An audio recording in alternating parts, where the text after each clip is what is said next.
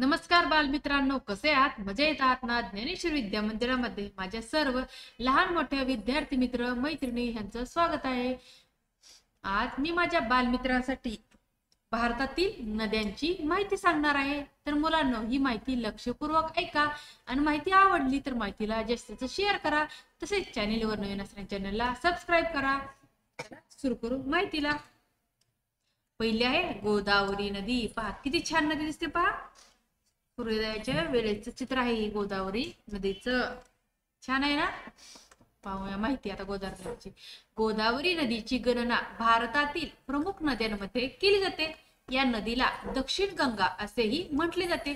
गोदावरी नदीची लांबी 1450 किलोमीटर म्हणजेच 900 मैल आहे. गोदावरीचा उगम नाशिक जवळ त्र्यंबकेश्वर या ठिकाणी महाराष्ट्र राज्यात होतो. साधारणतः आग्नेय दिशेला वाहून गोदावरी राजमहेंद्री जवळ बंगालच्या उपसागरात आंध्र प्रदेशात मिळते.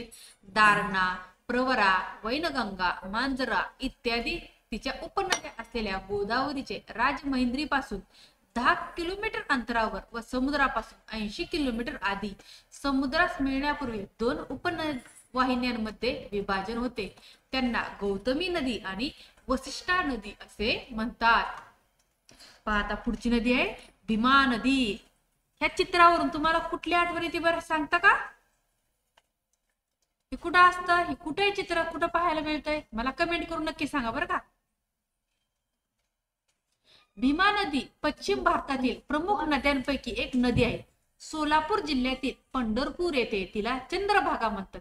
ती महाराष्ट्रात पुणे जिल्ह्यात भीमाशंकर जवळ उगम पावते व अंदाजे 831 किलोमीटर आग्नेयेस वाहून कर्नाटकात रायचूर जवळ कृष्णा नदीला मिळते. भीमेला उजवीकडून भामा, इंद्रायणी, मुळा, नीरा व मान तर डावीकडून वेळ, घोड व सीना या नद्या येऊन मिळतात. भीमा नदीचे पाणलोट क्षेत्रफळ 46,000 चौरस किलोमीटर आहे. पुढची पहा कृष्णा नदी. छान आहे का नाही? पहा ही आहे कृष्णा नदी. ही दक्षिण भारतातून वाहणारी एक प्रमुख नदी आहे. ही नदी महाराष्ट्रातील महाबळेश्वर जवळ उगम पावून सुमारे 1400 किलोमीटर अंतर पार करत आंध्र प्रदेशातील राजमहेंद्री येथे बंगालच्या उपसागराला मिळते. वाटेमध्ये ती वाई, भुईंज, चिंदवली, लिंबगोवे, उडतरे, माहुली, कराड, औदुंबर, सांगली, मिरज, नरसोबाच्या वाडीवरून कर्नाटक राज्यात प्रवेश करते. महाराष्ट्र राज्यातील कृष्णा नदीचा प्रवास 282 किलोमीटरचा आहे. महाराष्ट्रातून कर्नाटकात गेलेली कृष्णा नदी पुढे पूर्वेकडे आंध्र प्रदेशात जाते. कर्नाटकात कृष्णेला दक्षिणेकडून येणारी घटप्रभा नदी मिळते. आंध्र प्रदेश व कर्नाटकच्या सीमेवर महाराष्ट्रातून येणारी भीमा नदी व कृष्णा यांचा संगम होतो. आता ही पुढची पहा तापी नदी. किती छान संध्याकाळचा फोटो घेतलेला आहे पहा. तापी नदी ही भारताच्या पश्चिम भागातून वाहणारी नदी आहे. ही पश्चिम वाहिनी नदी भारताच्या मध्य प्रदेश, महाराष्ट्र व गुजरात या राज्यांमधून वाहते. तापीच्या खोऱ्यात मध्य प्रदेशातील बेतूल जिल्हा, महाराष्ट्रातील विदर्भाचा पश्चिम भाग, खानदेश व गुजरात येथील सुरत जिल्हा समाविष्ट आहे. तापी नदी मध्य प्रदेशातील बैतूल जिल्ह्यात मुलताई जवळ उगम पावते. या ठिकाणाचे संस्कृतातील मूळ नाव मूळ तापी आहे. 724 किलोमीटर लांबीचा प्रवास केल्यानंतर तापी सुरत शहराजवळ खंभातच्या आखातात अरबी समुद्राला जाऊन मिळते. पुढची आहे नर्मदा नदी. पार ही आहे नर्मदा नदी. माहिती पाहिजे. नर्मदा नदी ही भारतातील प्रमुख नद्यांपैकी एक आहे. ही नदी भारताच्या मध्य प्रदेश मध्ये 1078 किलोमीटर, महाराष्ट्रात 72-74 किलोमीटर, गुजरात मध्ये 160 किलोमीटर या राज्यातून वाहते. नर्मदा भारतीय उपखंडातील 5व्या क्रमांकाची मोठी नदी असून सर्वात मोठी पश्चिम वाहिनी नदी आहे. नर्मदेला रेवा, अमरजा, मेकलकन्या, रुद्रकन्या अशी ही नावे आहेत. मध्य प्रदेशातील अनूपपूर जिल्ह्यातील विंध्याचल आणि सातपुडा पर्वतरांगाच्या पूर्वेकडील ठिकाणी असलेल्या अमरकंटक येथील नर्मदा कुंडातून नर्मदा नदी उगम पावते. पुढची आहे गंगा नदी. ही आहे गंगा नदी. गंगा नदी ही दक्षिण आशियातील भारत व बांगलादेश या दोन देशातून वाहणारी एक महत्वाची नदी आहे.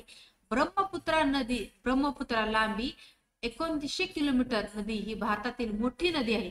गंगेची लांबी 2525 किलोमीटर आहे. तिचा उगम भारतातील उत्तराखंड राज्यात हिमालय पर्वतातील गंगोत्री येथे होतो. तेथून ती आग्नेय दिशेला वाहत येते व उत्तर भारतातील गंगेच्या खोऱ्यातून वाहत वाहत बांगलादेशामध्ये प्रवेश करते. बांगलादेशात ती बंगालच्या उपसागराला मिळते. तेथे सुंदरबन हा जगातील सर्वात मोठा त्रिभुज प्रदेश निर्माण होतो. सुंदरबनात बऱ्याच दुर्मिळ वनस्पती आणि बंगाली वाघ आढळतात. हिंदू धर्मात गंगा नदीला अतिशय पवित्र मानले आहे. तिला माता म्हटले गेले आहे. गंगा नदी लक्षावधी भारतीयांची जीवनदायिनी आहे. भारतातील कनौज, कलकत्ता, कापिल्य, काशी, कौशांबी, पाटलीपुत्र, प्रयाग, बेहरामपूर, मुंगेर, मुर्शिदाबाद इत्यादी प्राचीन, ऐतिहासिक व आधुनिक नगरे गंगेच्या किनारी वसली आहेत. पुढची आहे यमुना नदी. या यमुना नदीच्या शेजारी काय दिसतंय बरं तुम्हाला? कोणता काय आहे ऐतिहासिक वास्तुस्थळ आहे पहा. कोणतं आहे? तर आहे ताजमहल. यमुना नदी उत्तर भारतातील एक प्रमुख नदी आहे. हिमालयात उगम पावून ही नदी गंगेस मिळते. या नदीच्या काठावर दिल्ली, आग्रा, मथुरा व इटावा ही प्रमुख शहरे आहेत. यमुना नदी यमुनोत्री येथून उगम पावते आणि प्रयाग येथे गंगेला मिळते. चंबळ, सेंगर, छोटी सिंधू, बेतवा आणि केन या प्रमुख उपनद्या आहेत. दिल्ली आणि आग्र्याशिवाय यमुना, इटावा, कालपी, हमीरपूर आणि प्रयाग ही किनारपट्टी असलेली शहरे मुख्य आहेत. प्रयागमधील यमुना एक विशाल नदी म्हणून सादर केली जाते आणि तेथील प्रसिद्ध ऐतिहासिक किल्ल्याखालील गंगेमध्ये विलीन होते. पुढची आहे गोमती नदी. पहा ही आहे गोमती नदी. गोमती ही भारताच्या उत्तर प्रदेश राज्यामधील एक नदी आहे. ही नदी पिलीभीत शहराजवळ उगम पावते व सुमारे 900 किलोमीटर अंतर वाहत जाऊन गंगा नदीला मिळते. वशिष्ठ ऋषींची कन्या अशी पुराणामध्ये ओळख असलेली गोमती नदी सध्या मोठ्या प्रमाणावर प्रदूषित झाली आहे. ही आहे पुढची आहे ब्रह्मपुत्रा नदी. पहा ही आहे ब्रह्मपुत्रा नदी. ब्रह्मपुत्रा ही आशियामधील एक प्रमुख नदी आहे. ब्रह्मपुत्रा हिमालय पर्वत रांगेतील तिबेटच्या बुरांग जिल्ह्यामध्ये सांगपो किंवा यारलुंग सांगपो या नावाने उगम पावते. तेथून पूर्वेकडे वाहत येऊन ब्रह्मपुत्रा भारताच्या अरुणाचल प्रदेश राज्यामध्ये प्रवेश करते. अरुणाचल व आसाम मधून नैऋत्य दिशेने वाहत जाऊन ब्रह्मपुत्रा बांगलादेशामध्ये शिरते. बांगलादेशामधून तिला जमुना ह्या नावाने ओळखले जाते. बंगाल देशामध्ये ब्रह्मपुत्रेला प्रथम पद्भा ही गंगेपासून फुटलेली नदी व नंतर मेघना या दोन प्रमुख नद्या मिळतात. गंगेच्या त्रिभुज प्रदेशामध्ये येऊन ब्रह्मपुत्रा बंगालच्या उपसागराला मिळते. ब्रह्मदेवाचा पुत्र असे ब्रह्मपुत्रा नदीचे नाव पडले असून हिचे नाव काही जण ब्रह्मपुत्र असे पुल्लिंगी असल्याचे समजतात. पुढची आहे कावेरी नदी. पाही आहे कावेरी नदी. कावेरी नदी दक्षिण भारतातील प्रमुख नदी आहे. तिला पोन्नी असे उपनाव आहे. ती तामिळनाडू व कर्नाटक या राज्यातून वाहते. कावेरी भारतीय द्वीपकल्पामधील गोदावरी व कृष्णा यांच्यानंतर तिसरी लांब नदी आहे. कावेरीचे उगमस्थान पश्चिम घाटातील तळ कावेरी कर्नाटक येथे आहे. कावेरीचा त्रिभुज प्रदेश भारतातील सर्वात सुपीक प्रदेशातील एक आहे. कावेरीचे एकूण पाणलोट क्षेत्र 81,155 वर्ग किलोमीटर आहे.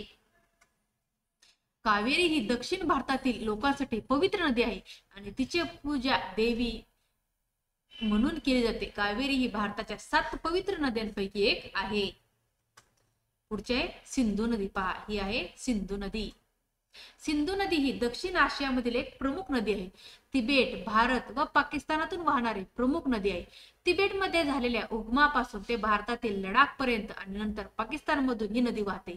इंग्रजी भाषेत या नदीला इंडस म्हणतात. सिंधू संस्कृतचा उगम याच नदीच्या किनाऱ्यावर झाला आहे. हिंदू धर्मातील वेद सिंधू नदीच्या किनारी रचले गेले आहेत. हिंदू व हिंदुस्तान हे शब्द याच नदीवरून पडले आहेत. पाकिस्तानच्या सिंध प्रांताचे नाव सिंधू नदीवरून पडले आहे. सिंधूच्या 5 उपनद्या आहेत. त्यांची नावे वितस्ता, झेलम, चंद्रभागा, इरावती, बिपाशा, बियास, शतद्रू, सतलज. यातील सतलज सर्वात मोठी उपनदी आहे. या नदीवर भाकरा नांगल धरण आहे. या धरणामुळे पंजाबच्या शेतीला आणि विद्युत परियोजनांना खूप मदत मिळाली. त्यामुळे पंजाब आणि हिमाचल प्रदेशमध्ये शेतीने तेथील चेहरा मोहराच बदलला. पुढची आहे महानदी. पहा, ही आहे महानदी. महानदी छत्तीसगडच्या रायपूर जिल्ह्यात उगम पावते. मध्य प्रदेशात नदी 53% आणि छत्तीसगड आणि ओडिशामध्ये 47% वाहते. समुद्रात पडण्यापूर्वी महानदी कटकट जवळ एक महत्वपूर्ण डेल्टा बनवते. महानदीवर हिराकूड, नारज, गँगरेल आणि रुद्री असे बहुउद्देशीय प्रकल्प आहेत. महानदीला छत्तीसगड राज्याची गंगा असेही म्हटले जाते. तर अशा प्रकारे भारतातील प्रमुख नद्यांची माहिती आपण आजच्या ह्या व्हिडिओच्या माध्यमातून घेतली. जर तुम्हाला आजची ही माहिती आवडली असेल तर माहितीला जास्त शेअर करा. चॅनेलवर असणाऱ्यांनी चॅनेलला सबस्क्राईब करा. धन्यवाद.